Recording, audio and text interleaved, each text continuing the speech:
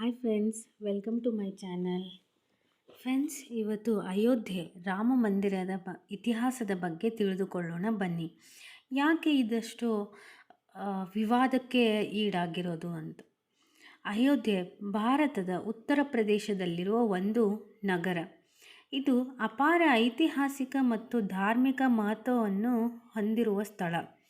ಹಿಂದೂಗಳು ಇದನ್ನು ಭಗವಾನ್ ರಾಮನ ಜನ್ಮಸ್ಥಳ ಎಂದು ಗೌರವಿಸುತ್ತಾರೆ.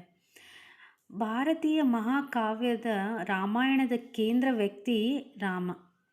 ಅಯೋಧ್ಯೆಯ ಸಾಂಸ್ಕೃತಿಕ ಮತ್ತು ಆಧ್ಯಾತ್ಮಿಕ ಪರಂಪರೆಯ ಸಂಕೇತವಾಗಿರುವುದು.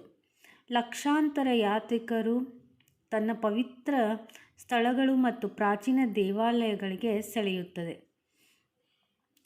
ಅಯೋಧ್ಯೆಯಲ್ಲಿ ರಾಮ ಮಂದಿರ ವಿಚಾರವು ಐತಿಹಾಸಿಕ ಮತ್ತು ಧಾರ್ಮಿಕ ಭಾವನೆಗಳಲ್ಲಿ ಆಳವಾಗಿ ಬೇರೂರಿದೆ. 16ನೇ ಶತಮಾನದಲ್ಲಿ ನಿರ್ಮಿಸಲಾದ ಮಸೀದಿ ಬಾಬರಿ ಮಸೀದಿ ಇರುವ ವಿವಾದಿತ ಸ್ಥಳದ ಸುತ್ತುತ್ತದೆ. ಭಗವಾನ್ ರಾಮನ ಜನ್ಮಸ್ಥಳವನ್ನು ಗುರುತಿಸುವ ಮೊದಲೇ ಅಸ್ತಿತ್ವದಲ್ಲಿರುವ ದೇವಾಲಯವನ್ನು ಕೆಡವಿ ಮಸೀದಿಯನ್ನು ನಿರ್ಮಿಸಲಾಗಿದೆ ಎಂದು ಹಿಂದೂ ನಂಬಿಕೆಗಳು ಪ್ರತಿಪಾದಿಸುತ್ತಿದ್ದಂತೆ ಇದೇ ವಿವಾದ. ಮೊದಲು ದೇವಾಲಯ ಇರುವುದನ್ನು ಅದನ್ನು ಕೆಡವಿ ಮಸೀದಿಯನ್ನಾಗಿ ನಿರ್ಮಿಸಲಾಗಿದೆ. ಅದೇ ಈ ವಿವಾದಕ್ಕೆ ಈಡಾಗಿರುವುದು. ಈ ವಿವಾದವು ಕೋಮು ಉದ್ವಿಗ್ನತೆಯ ಕೇಂದ್ರ ಬಿಂದುವಾಯಿತು. ಇದು ಭಾರತಕ್ಕೆ ದೂರಗಾಮಿ ಪರಿಣಾಮಗಳನ್ನು ಉಂಟುಮಾಡುವ ಘಟನೆಗಳನ್ನು ಪ್ರಚೋದಿಸಿತು. ಅಯೋಧ್ಯೆಯಲ್ಲಿ ರಾಮ ಮಂದಿರದ ಹಿಂದಿನ ಇತಿಹಾಸ ಭಾರತದ ಧಾರ್ಮಿಕ ಮತ್ತು ಸಾಂಸ್ಕೃತಿಕ ರಚನೆಯಲ್ಲಿ ಆಳವಾಗಿ ಒಂದು ವಿಷಯವಾಗಿದೆ. ವಿವಾದಿತ ಸ್ಥಳವು ಶತಮಾನಗಳಿಂದ ಹಿಂದೂ ಮುಸ್ಲಿಂ ಉದ್ವಿಗ್ನತೆಯ ಕೇಂದ್ರ. ಹಿಂದೂ ಪುರಾಣಗಳ ಪ್ರಕಾರ ಅಯೋಧ್ಯೆ ರಾಮಾಯಣ ಮಹಾಕಾವ್ಯದಲ್ಲಿ ಪೂಜ್ಯ ವ್ಯಕ್ತಿಯಾದ ಭಗವಾನ್ ರಾಮನ ಜನ್ಮಸ್ಥಳ. ಬಾಬರಿ ಮಸೀದಿ 16ನೇ ಶತಮಾನದಲ್ಲಿ ಮೊಘಲ್ ಯುಗದಲ್ಲಿ ನಿರ್ಮಿಸಲಾದ ಮಸೀದಿ ಅದೇ ಸ್ಥಳದಲ್ಲಿ ನಿಂತಿದೆ. ಇದು ಎರಡು ಸಮುದಾಯಗಳ ಧಾರ್ಮಿಕ ಮತ್ತು ಐತಿಹಾಸಿಕ ಹಕ್ಕುಗಳ ಸುದೀರ್ಘ ವಿವಾದಕ್ಕೆ ಕಾರಣವಾಯಿತು. ಮೊಘಲ ಚಕ್ರವರ್ತಿ ಬಾಬರ್ ಆಳ್ವಿಕೆಯಲ್ಲಿ ಕ್ರಿಸ್ತಶಕ 1528ರಲ್ಲಿ ನಿರ್ಮಿಸಲಾದ ಬಾಬರಿ ಮಸೀದಿಯ ಶತಮಾನಗಳ ಕಾಲ ಅಯೋಧ್ಯೆಯಲ್ಲಿ ನಿಂತಿದೆ. ಆದಾಗ್ಯೂ ಭಗವಾನ್ ರಾಮನ ಜನ್ಮಸ್ಥಳದ ಮೇಲೆ ಅದರ ನಿರ್ಮಾಣದ ವಿವಾದಿತ ಸ್ವರೂಪವು ದೀರ್ಘಕಾಲ ಧಾರ್ಮಿಕ ಮತ್ತು ಸಾಂಸ್ಕೃತಿಕ ಸಂಘರ್ಷವನ್ನು ಸೃಷ್ಟಿಸಿತು. ಬಾಬರಿ ಮಸೀದಿಯ ಧ್ವಂಸವು ವಿವಾದಿತ ಸ್ಥಳದ ಮಾಲೀಕತ್ವದ ಸುತ್ತಲಿನ ಕಾನೂನು ಹೋರಾಟಗಳ ಸರಣಿಯನ್ನು ಪ್ರಚೋದಿಸಿತು. ಹಿಂದೂ ಮತ್ತು ಮುಸ್ಲಿಂ ಗುಂಪುಗಳು ಸೇರಿದಂತೆ ವಿವಿಧ ಪಕ್ಷಗಳು ತಮ್ಮ ಹಕ್ಕುಗಳನ್ನು ಮುಂದಿಟ್ಟರು. ಇದು ಸುದೀರ್ಘ ಕಾನೂನು ಪ್ರಕ್ರಿಯೆಗೆ ಕಾರಣವಾಯಿತು. ಅದರ ಸಂಕೀರ್ಣ ಕಾನೂನು ಜಟಿಲತೆಗಳೊಂದಿಗೆ ಅಯೋಧ್ಯೆ ಶೀರ್ಷಿಕೆ ಮೊಕದ್ದಮೆಯ ವಿವಿಧ ನ್ಯಾಯಾಲಯಗಳ ಮೂಲಕ ಚಲಿಸಿತು. ಇದು ಆಳವಾಗಿ ಬೇರೂರಿರುವ ಧಾರ್ಮಿಕ ಭಾವನೆಗಳು ಮತ್ತು ಪ್ರಕರಣದ ರಾಜಕೀಯ ಪರಿಣಾಮಗಳನ್ನು ಪ್ರತಿಬಿಂಬಿಸುತ್ತದೆ. ಅಯೋಧ್ಯೆ ವಿವಾದಕ್ಕೆ ಸಂಬಂಧಿಸಿದ ಕಾನೂನು ಪ್ರಕ್ರಿಯೆಗಳು ಹಲವಾರು ದಶಕಗಳ ಕಾಲ ವ್ಯಾಪಿಸಿದ್ದು, ಬಹು ವಿಚಾರಣೆಗಳು, ಅರ್ಜಿಗಳು ಮತ್ತು ಮೇಲ್ಮನವಿಗಳನ್ನು ಒಳಗೊಂಡಿತ್ತು. ರಾಜ್ಯ ಮತ್ತು ರಾಷ್ಟ್ರಮಟ್ಟದ ವಿವಿಧ ನ್ಯಾಯಾಲಯಗಳು ವಿವಾದಿತ ಸೈಟ್ನ ಸರಿಯಾದ ಮಾಲೀಕತ್ವವನ್ನು ನಿರ್ಧರಿಸಲು ಸಾಕ್ಷ್ಯಗಳು, ಐತಿಹಾಸಿಕ ದಾಖಲೆಗಳು ಮತ್ತು ಧಾರ್ಮಿಕ ನಂಬಿಕೆಗಳನ್ನು ಪರಿಶೀಲಿಸುವಲ್ಲಿ ತೊಡಗಿದ್ದವು. ಅಯೋಧ್ಯೆಯು ರಾಮ ಮಂದಿರ ಹಿಂದೂ ದೇವಾಲಯವಾಗಿದ್ದು, ಇದನ್ನು ಭಾರತದ ಉತ್ತರ ಪ್ರದೇಶದಲ್ಲಿರುವ ಅಯೋಧ್ಯೆಯಲ್ಲಿ ರಾಮ ಜನ್ಮಭೂಮಿಯ ಯಾತ್ರಾ ಸ್ಥಳದಲ್ಲಿದೆ. ದಿನಾಂಕ 16/8/2008ರಂದು ಭಾರತದ ಪ್ರಧಾನಿ ನರೇಂದ್ರ ಮೋದಿ ದೇವಾಲಯದ ಶಿಲಾನ್ಯಾಸವನ್ನು ನೆರವೇರಿಸಿದರು.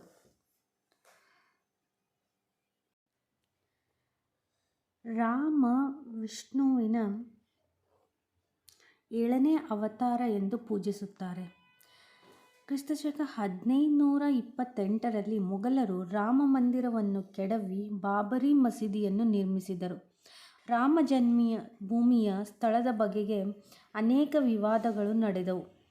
ಕ್ರಿಸ್ತಶಕ 1992ರಲ್ಲಿ ಕರಸೇವಕರ ಗುಂಪು ಮಸೀದಿಯನ್ನು ಕೆಡವಿತು. ವಿಷ್ಣು ದೇವರ ಅವತಾರವೆಂದು ಪರಿಗಣಿಸಲ್ಪಟ್ಟ ರಾಮನು ವ್ಯಾಪಕವಾಗಿ ಪೂಜಿಸಲ್ಪಡುವ ಹಿಂದೂ ದೇವತೆ. ಪ್ರಾಚೀನ ಭಾರತೀಯ ಮಹಾಕಾವ್ಯವಾದ ರಾಮಾಯಣದ ಪ್ರಕಾರ ರಾಮನು ಅಯೋಧ್ಯೆಯಲ್ಲಿ ಜನಿಸಿದರು. ಇದನ್ನು ರಾಮ ಜನ್ಮಭೂಮಿ ಅಥವಾ ರಾಮಲಲ್ಲಾ, ರಾಮನ ಬಾಲರೂಪ, ಅವರ ಜನ್ಮಸ್ಥಳ ಎಂದು ಕರೆಯಲಾಯಿತು. 15ನೇ ಶತಮಾನದಲ್ಲಿ ಮೊಘಲರು ರಾಮ ಜನ್ಮಭೂಮಿಯಲ್ಲಿ ಬಾಬರಿ ಮಸೀದಿ ಎಂಬ ಮಸೀದಿಯನ್ನು ನಿರ್ಮಿಸಿದರು. ಹಿಂದೂ ದೇವಾಲಯವನ್ನು ಧ್ವಂಸ ಮಾಡಿದ ನಂತರ ಮಸೀದಿಯನ್ನು ನಿರ್ಮಿಸಲಾಗಿದೆ ಎಂದು ಹಿಂದೂಗಳು ಹೋರಾಟವನ್ನು ಆರಂಭಿಸಿದರು. ಕ್ರಿಸ್ತಶಕ 1850ರ ದಶಕದಲ್ಲಿ ಪುನಃ ಹಿಂಸಾತ್ಮಕ ವಿವಾದ ಉಂಟಾಯಿತು. ದಿನಾಂಕ 6 ಡಿಸೆಂಬರ್ 1992ರಂದು ವಿಶ್ವ ಹಿಂದೂ ಪರಿಷತ್ ಮತ್ತು ಭಾರತೀಯ ಜನತಾ ಪಕ್ಷವು ಕರಸೇವಕರು ಎಂದು ಕರೆಯಲ್ಪಡುವ 1,50,000 ಸ್ವಯಂ ಸೇವಕರನ್ನು ಒಳಗೊಂಡ ಸ್ಥಳದಲ್ಲಿ ಶೋಭಾಯಾತ್ರೆ ಆಯೋಜಿಸಿತು. ಶೋಭಾಯಾತ್ರೆ ಹಿಂಸಾತ್ಮಕವಾಯಿತು. ಕರಸೇವಕರು ಭದ್ರತಾ ಪಡೆಗಳನ್ನು ಲೆಕ್ಕಿಸದೆ ಬಾಬ್ರಿ ಮಸೀದಿಯನ್ನು ಉರುಳಿಸಿದರು. ತದನಂತರ ಭಾರತದ ಹಿಂದೂ ಮತ್ತು ಮುಸ್ಲಿಂ ಸಮುದಾಯಗಳ ನಡುವೆ ಹಲವಾರು ತಿಂಗಳುಗಳ ಗಲಭೆಯಾಯಿತು. ಕನಿಷ್ಠ 2,000 ಜನ ತಮ್ಮ ಪ್ರಾಣಗಳನ್ನು ಕಳೆದುಕೊಂಡರು. ಮುಂದಿನ ದಿನಗಳಲ್ಲಿ ವಿವಾದಾತ್ಮಕ ಭೂಮಿಯ ಕುರಿತಾಗಿ ಸುದೀರ್ಘ ಕಾನೂನು ವಿವಾದಗಳು ನಡೆದವು. ದೇವಾಲಯದ ದೇವತೆಯಾದ ರಾಮಲಲ್ಲಾ ಹೆಸರಿನಲ್ಲಿ ಕ್ರಿಸ್ತಶಕ 1989ರಲ್ಲಿ ದಾವೆ ಹೊಡೆಯಲಾಗಿತ್ತು. ಹಿರಿಯ ವಿಎಚ್ಪಿ ನಾಯಕ ತ್ರಿಲೋಕಿನಾಥ್ ಪಾಂಡೆ ರಾಮಲಲ್ಲಾನ ಪ್ರತಿನಿಧಿಯಾಗಿದ್ದರು. ಕೆ. ಪರಾಶರನ್ ರಾಮಲಲ್ಲಾನ ಪರವಾಗಿ ವಾದ ಮಂಡಿಸಿದವರಲ್ಲಿ ಪ್ರಮುಖರು. ಅಯೋಧ್ಯೆ ವಿವಾದದ ಕುರಿತು 2019 ನವೆಂಬರ್ 9ರಂದು ಸುಪ್ರೀಂ ಕೋರ್ಟ್ ತೀರ್ಪು ನೀಡಿತು. ವಿವಾದಿತ ಭೂಮಿಯನ್ನು ಸರ್ಕಾರ ರಚಿಸಿದ ಶ್ರೀರಾಮ ಜನ್ಮಭೂಮಿ ತೀರ್ಥಕ್ಷೇತ್ರ ಟ್ರಸ್ಟ್ಗೆ ಹಸ್ತಾಂತರಿಸಲು ನಿರ್ಧರಿಸಲಾಯಿತು. ಕ್ರಿಸ್ತಶಕ 2020 ಫೆಬ್ರವರಿ 5ರಂದು ಪ್ರಧಾನಮಂತ್ರಿ ಸಚಿವಾಲಯವು ದೇವಾಲಯವನ್ನು ನಿರ್ಮಿಸುವ ಯೋಜನೆಯನ್ನು ಅಂಗೀಕರಿಸಿದೆ ಎಂದು ಸಂಸತ್ತಿನಲ್ಲಿ ಘೋಷಿಸಲಾಯಿತು.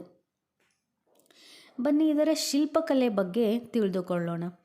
ರಾಮ್ ದೇವಾಲಯದ ಮೂಲ ವಿನ್ಯಾಸವನ್ನು 1988ರಲ್ಲಿ ಅಹಮದಾಬಾದ್ನ ಸೋಂಪುರ ಕುಟುಂಬ ಸಿದ್ಧಪಡಿಸಿತು. ಸೋಂಪುರ ಕುಟುಂಬಸ್ಥರ ಕನಿಷ್ಠ 15 ತಲೆಮಾರುಗಳಿಂದ ವಿಶ್ವದಾದ್ಯಂತ 100ಕ್ಕೂ ಹೆಚ್ಚು ದೇವಾಲಯಗಳ ಶಿಲ್ಪಿಗಳು. ಮೂಲ ವಿನ್ಯಾಸದಿಂದ ಕೆಲವು ಬದಲಾವಣೆಗಳೊಂದಿಗೆ ರಾಮ ದೇವಸ್ಥಾನಕ್ಕೆ ಹೊಸ ವಿನ್ಯಾಸವನ್ನು 2020ರಲ್ಲಿ ಸೋಂಪುರರು ಸಿದ್ಧಪಡಿಸಿದರು. ಈ ದೇವಾಲಯವು 235 ಅಡಿ ಅಗಲ, 360 ಅಡಿ ಉದ್ದ ಮತ್ತು 161 ಅಡಿ ಎತ್ತರವನ್ನು ಹೊಂದಿರುತ್ತದೆ. ದೇವಾಲಯವು ಸಂಕೀರ್ಣದಲ್ಲಿ ಪ್ರಾರ್ಥನಾ ಮಂದಿರ, ರಾಮಕಥಾ ಕುಂಜ, ವೈದಿಕ ಪಾಠಶಾಲಾ, ಸಂತ ನಿವಾಸ್ ಮತ್ತು ಯಾತ್ರಿ ನಿವಾಸ್ ಮತ್ತು ಮ್ಯೂಸಿಯಂನಂತಹ ಇತರ ಸೌಲಭ್ಯಗಳು ಇರಲಿವೆ. ದೇವಾಲಯ ಸಂಕೀರ್ಣ ಪೂರ್ಣಗೊಂಡ ನಂತರ ವಿಶ್ವದ 3ನೇ ಅತಿ ದೊಡ್ಡ ಹಿಂದೂ ದೇವಾಲಯವಾಗಲಿದೆ. ಪ್ರಸ್ತಾವಿತ ದೇವಾಲಯದ ಮಾದರಿಯನ್ನು 2019ರಲ್ಲಿ ಪ್ರಯಾಗ ಕುಂಭಮೇಳದಲ್ಲಿ ಪ್ರದರ್ಶಿಸಲಾಯಿತು.